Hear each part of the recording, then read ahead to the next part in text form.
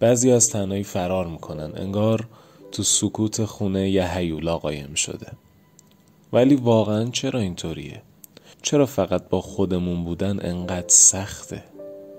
جوابش تو مغزته، توی یه بخش قدیمیه که هنوز فکر میکنه داریم تو قبیله زندگی میکنیم. مغز باستانی ما.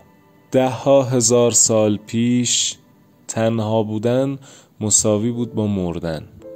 وقتی از قبیله جدا می شدی، حیوانای درنده، سرما یا گرسنگی منتظرت بودن.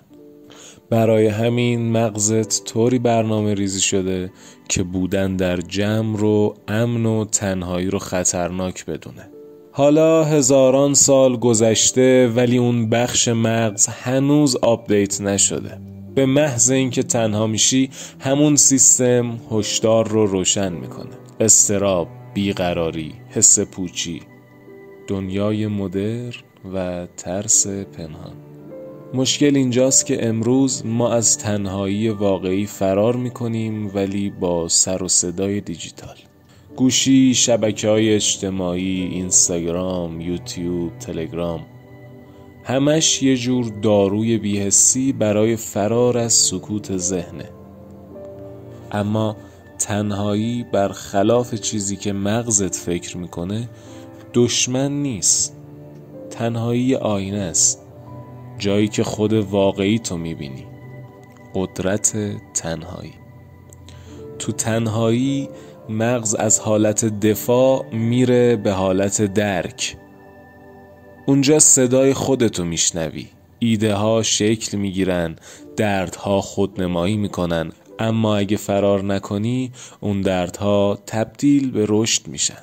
آدمایی که با خودشون راحتن معمولاً قوی ترین ذهنها رو دارن، چون یاد گرفتن از سکوت نترسن.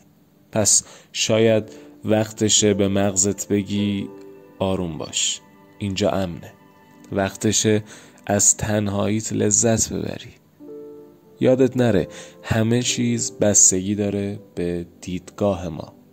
بهتون پیشنهاد میکنم کتاب فلسفه تنهایی رو حتما بخونید. چیز زیادی از این کتاب بهتون نمیگم که وقتتون گرفته نشه، ولی یه تیکش رو دوست داشتم براتون بخونم.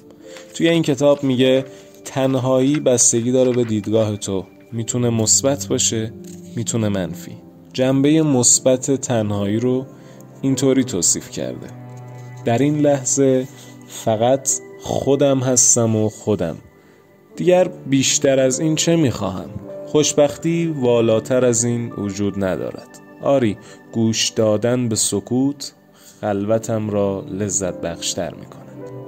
اما از طرفی جنبه منفی تنهاییم اینطوری توصیف کرده: انزوا چنان برایم وحشت آور بود که فکر خودکشی به سرم زد.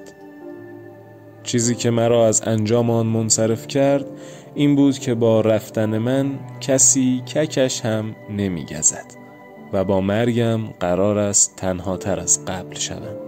ببینید رفقا، اینو بهتون گفتم که بفهمید همه چیز بستگی داره به طرز فکر و دیدگاه شما. راستی تو آخرین باری که واقعا تنها بودی ازش لذت بردی کی بود؟ برام توی کامنت بنویسین. اگه از این ویدیو خوشت اومد خیلی ممنون میشم که ویدیو رو لایک و کانال رو سابسکرایب کنی.